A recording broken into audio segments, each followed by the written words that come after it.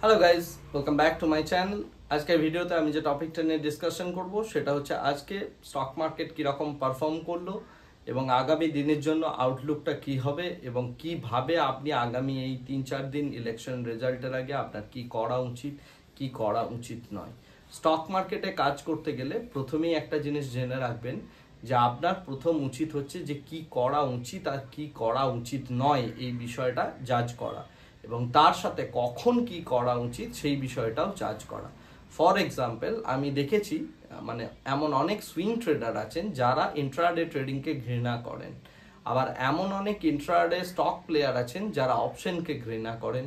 এরকমভাবে প্রত্যেকটা type of ট্রেডারের মধ্যে দেখা যায় অন্য আরেকটা সেগমেন্টের প্রতি একটা ঘৃণা প্রকাশ করতে। বাট যেটা একদম ট্রুথ সেটা হচ্ছে প্রত্যেকটা টাইপ অফ ট্রেডিং স্টাইলের মধ্যেই পয়সা আছে, পয়সা লুকানো আছে। আপনি যদি রাইট মেথড ফলো করেন তাহলে যে কোনো ট্রেডিং স্টাইল থেকেই আপনি অ্যাকচুয়ালি পয়সা বানাতে পারবেন। আমি একটা উদাহরণ দিচ্ছি। সাপোজ মনে করুন আপনার কাছে 1 লক্ষ টাকা আছে, আপনি ট্রেড করছেন এবং আপনি সুইং ট্রেড করেন, কিন্তু আপনি যখনই অপরচুনিটি পাচ্ছেন আপনি 60,000 টাকা, 70,000 টাকা বা 40,000 টাকা অ্যালোকেট করে দিচ্ছেন কোনো একটা অপরচুনিটি দেখা মাত্রই। এটা যদি আপনি করতে থাকেন তাহলে সুইং ট্রেডিংয়ে আপনি কিন্তু সফলতা লাভ করতে পারবেন না। তার কারণ হচ্ছে আপনি সুইং ট্রেডিংয়ের যেটা বেসিক আইডিয়া, যেখানে আমার ক্যাপিটাল ম্যানেজমেন্টটা ঠিক রাখতে হবে, রিস্ক টু রিওয়ার্ড ঠিক রাখতে হবে, সেই জায়গাটাকে আপনি অ্যাকচুয়ালি ঘেঁটে ফেললেন। সুতরাং সেই কারণে কিন্তু আপনি সুইং ট্রেডিং থেকে প্রফিটেবল হতে পারবেন না। আবার মনে করুন আপনি ইন্ট্রাডে ট্রেডিং করছেন এবং ইউটিউবে প্রচুর ট্রেডার যারা পিএনএল শো করেন তাদের পিএনএল দেখে আপনি মানে ইউফোরিক হয়ে গিয়ে বড় বড় কোয়ান্টিটি নিচ্ছেন, তাহলে দেখবেন খুব অল্প সময়ের মধ্যেই লিভারেজ ইউজ করার জন্য আপনার কিন্তু যে পয়সাটা আছে সেটা কিন্তু হুশ করে পুরোটা একদম গায়েব হয়ে যাবে, রাইট? অর্থাৎ মার্কেট পুরো অ্যাবজর্ব করে নেবে এবং তখন আপনি ভাববেন যে ইন্ট্রাডে ট্রেডিং আপনার জন্য নয়, যেটা প্রত্যেকটা ট্রেডারের সাথেই হয়ে থাকে। সুতরাং আপনি কি টাইপের ট্রেডিং অ্যাপ্লাই করছেন এবং তার মধ্যে তার যে প্রস এবং কনস আছে, এবং তার সাথে সাথে হচ্ছে যে একটা ট্রেডিং স্টাইলের কি কি জিনিস আপনি করবেন আর কি কি জিনিস করবেন না, সেটা যতক্ষণ না আপনি এক্সপ্লোর করতে পারছেন আপনি কিন্তু সেই পার্টিকুলার ট্রেডিং স্টাইল থেকে কিন্তু প্রফিট বানাতে পারবেন না এবং সেটার সাথে সাইকোলজিক্যালি আপনি অ্যালাইনমেন্ট করতে পারবেন না নিজের। ওকে, সুতরাং আপনাকে যদি সঠিকভাবে স্টক মার্কেটটা করতে হয় তাহলে প্রথমে যে জিনিসগুলো করা উচিত সেটা হচ্ছে আপনি যে ট্রেডিং স্টাইলটাকে নিচ্ছেন সেই ট্রেডিং স্টাইলের ইন অ্যান্ড আউট ডিটেলসে জানা উচিত, তারপরে গিয়ে আপনার রিয়্যাক্ট করা উচিত, সেটা সুইং ট্রেডিং হোক, ইন্ট্রাডে হোক, অপশনস হোক, ইত্যাদি ইত্যাদি।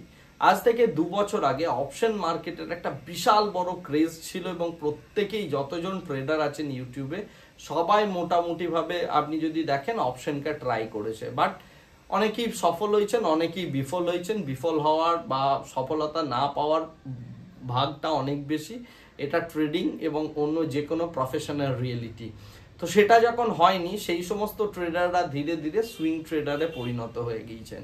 বাট আজ থেকে 1-1.5 বছর পর যদি মার্কেটের মধ্যে একটা ডাউন ট্রেন্ড চলে বা এই ইলেকশন রেজাল্ট এবং তার সাথে আগামী দিনের ইকোনমি যেদিকে যাচ্ছে তাতে যদি একটা 1-1.5 বছরের ডাউন ট্রেন্ড চলে, তখন এই সুইং ট্রেডাররাও বলতে শুরু করবেন যে না, সুইং করে কোনো লাভ নেই, এর থেকে ফিউচার অ্যান্ড অপশনসটাই ভালো, রাইট? তার কারণ হচ্ছে ডাউন ট্রেন্ডের মার্কেটে আপনি সুইং থেকে প্রফিট বানাতে পারবেন না, আপনার মধ্যে একটা বড় সাইকোলজিক্যাল প্রেসার চলে আসবে। সুতরাং যারা অপশনে ফেল করছেন, পরবর্তীকালে সুইংয়ে যারা ফেল করবেন তারা কিন্তু এই জিনিসটা ভাববেন ধীরে ধীরে যে স্টক মার্কেট থেকে পয়সা বানানোই যায় না। এবং এই যে রিয়েলিটিটা, এই রিয়েলিটিটা মানে অনেকেই বুঝতে পারেন না, অনেকে বুঝতে চান না। একটা থেকে একটা ইনস্ট্রুমেন্টে কনস্ট্যান্টলি জাম্প করতে থাকেন এবং আপনি যখন একটা ইনস্ট্রুমেন্ট ছেড়ে চলে যাচ্ছেন অন্য ইনস্ট্রুমেন্টটাকে আপনি ঘৃণা করতে শুরু করেন বা গালাগালি করতে শুরু করেন। বাট বেসিক্যালি যেটা ইম্পর্টেন্ট জিনিস সেটা জেনে রাখবেন, সেটা হচ্ছে যে প্রত্যেকটা টাইপ অফ স্টাইল থেকেই কিন্তু পয়সা বানানো যায়। আপনি যেটা থেকে পয়সা বানানোর চেষ্টা করছেন সেটা থেকে কি মেথড অ্যাপ্লাই করতে হয়, কি তার প্রস আছে, কি কনস আছে, অর্থাৎ কি কি আপনি করবেন, কি কি করবেন না, সেই বিষয়গুলো যতক্ষণ না আপনার মধ্যে ক্ল্যারিটি আসছে ততক্ষণ অবধি কিন্তু আপনি এখান থেকে পয়সা বিল্ড করতে পারবেন না। নো ম্যাটার আপনি কি করছেন, কি টাইপের ট্রেডার, এটা আপনার রিয়েলাইজ করাটা সবার আগে জরুরি। এরপরে আপনি যদি একটা দীর্ঘ সময় মার্কেটে স্টে করেন, সে ফর এক্সাম্পল 15 বছর, 10 বছর, 20 বছর, তারপরে ধীরে ধীরে ধীরে ধীরে আপনার মধ্যে এই থট প্রসেসটা চলে আসবে। বাট অতটা বড় একটা সময়ের মধ্যে আপনার কিন্তু একটা বিশাল বড় পরিমাণে একটা টাকা চলে যাবে। আপনার মেন্টাল যে প্রেশারটা, সেই প্রেশারটা অনেকটা মানে অনেক আপনি মেন্টালি ট্রমাটাইজড হয়ে যাবেন, রাইট? এতটা ক্যাপিটাল লুজ করার জন্য। সেই কারণের জন্য রাইট মেথড শিখুন, সঠিকভাবে ট্রেডটাকে শেখার চেষ্টা করুন, এবং তার সাথে এই ইউটিউবের নয়েজের বাইরে বেরিয়ে গিয়ে ভালোভাবে নিজের ওপর কাজ করুন, নিজের ট্রেডিং স্টাইল নিয়ে চিন্তা ভাবনা করুন, ট্রেডিং জিনিসটা ব্রডার পার্সপেক্টিভ থেকে অ্যাকচুয়ালি কি, সেই জিনিসটা নিয়ে চিন্তা ভাবনা করার চেষ্টা করুন।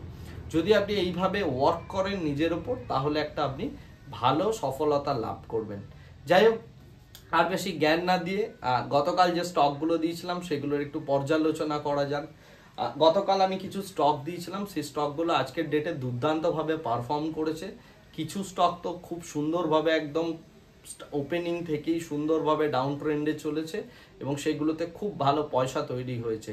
যারা শর্ট সেলিং জানেন না, তারা এই জিনিসগুলোতে অ্যাক্ট করার চেষ্টা করুন বা শর্ট সেলিংটা শিখুন। বিকজ ইন্ট্রাডেতে স্টকে যদি আপনি শর্ট সেলিং করতে পারেন তাহলে কিন্তু খুব ভালো পয়সা আছে, বিশেষ করে আজকের মতো দিনে বা এই আগামী 3-4 দিন যেরকম একটা সময় আসছে সেই সময়কালটাতে।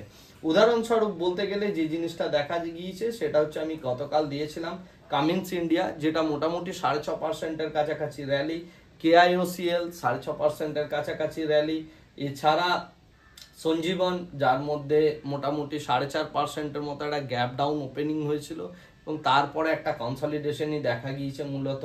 এছাড়া পিটিসির মধ্যে আমরা দেখেছি 4.5%-এর কাছাকাছি র্যালি, সোয়ান এনার্জি 3%-এর কাছাকাছি একটা ডাউনফল, এবং তার সাথে আমরা KNR কন যেটা আছে সেখানে মোটামুটি 9%-এর কাছাকাছি আমরা একটা র্যালি দেখেছিলাম। তো আমি যতগুলো স্টক দিয়েছিলাম তার মধ্যে মোটামুটি 60% স্টকই ভালো অ্যাক্ট করেছে এবং এর মধ্যে বেশিরভাগটাই ছিল শর্ট সেলিং এ। শুধুমাত্র KNR কন এটা ছিল একমাত্র মানে আপ ট্রেন্ডে, বাকি সমস্ত স্টকই কিন্তু শর্ট সেলিং এর দিকে খুব ভালো অ্যাক্ট করেছে। আমি আগামী 3 দিনের জন্য কোনো স্টক দিচ্ছি না।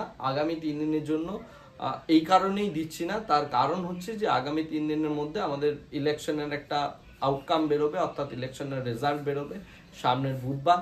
তো বুধবার অবধি আমি কোনো স্টক এইভাবে রেকমেন্ড করব না, তার কারণ হচ্ছে মার্কেট ভোলাটাইল থাকবে।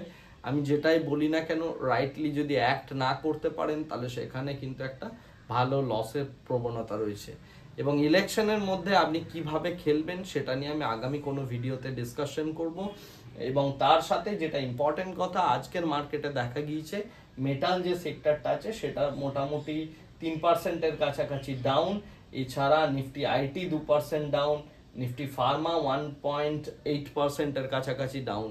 তো সমস্ত স্টকের মধ্যেই এবং সর্বোপরি নিফটির মধ্যে একটা ডাউনফল আমরা দেখতে পাচ্ছি এবং এটা অ্যাকচুয়ালি ইলেকশনের আগে যে ভাইবটা তৈরি হয়েছে, যে বড় মেজরিটি নাও আসতে পারে বিজেপির এবং তার সাথে সাথে একটা ত্রিশঙ্কু পজিশনও তৈরি হতে পারে, হেরে যাওয়ারও পসিবিলিটি ইত্যাদি বিভিন্ন জনের নানা মুনির নানা মত আমরা দেখতে পাচ্ছি। মার্কেট সেই কারণে একটু ডাইসি সিচুয়েশনে রয়েছে এবং সেই কারণেই মার্কেটের মধ্যে এইরকম একটা সিচুয়েশন বা এরকম একটা সিনারিওজ আমরা দেখতে পাচ্ছি, রাইট? তো আজকের ভিডিওটাকে আর বেশি দীর্ঘায়িত করছি না। আমার সাথে আবার আপনাদের দেখা হবে আগামীকাল, এবং আগামীকাল আমরা অন্য আরেকটা টপিক নিয়ে ডিসকাশন করব। এইভাবে রোজ আমরা ডিসকাস করতে করতে ধীরে ধীরে ধীরে ধীরে নিজেদের প্রত্যেকের গ্রোথের দিকে মন দেব এবং আস্তে আস্তে আস্তে আস্তে আমরা সফল থেকে সফলতর ট্রেডার হওয়ার চেষ্টা করব। আপনার সফলতা কামনা করে আজকের ভিডিওটা এখানেই শেষ করছি। Thank you very much, bye bye, tata.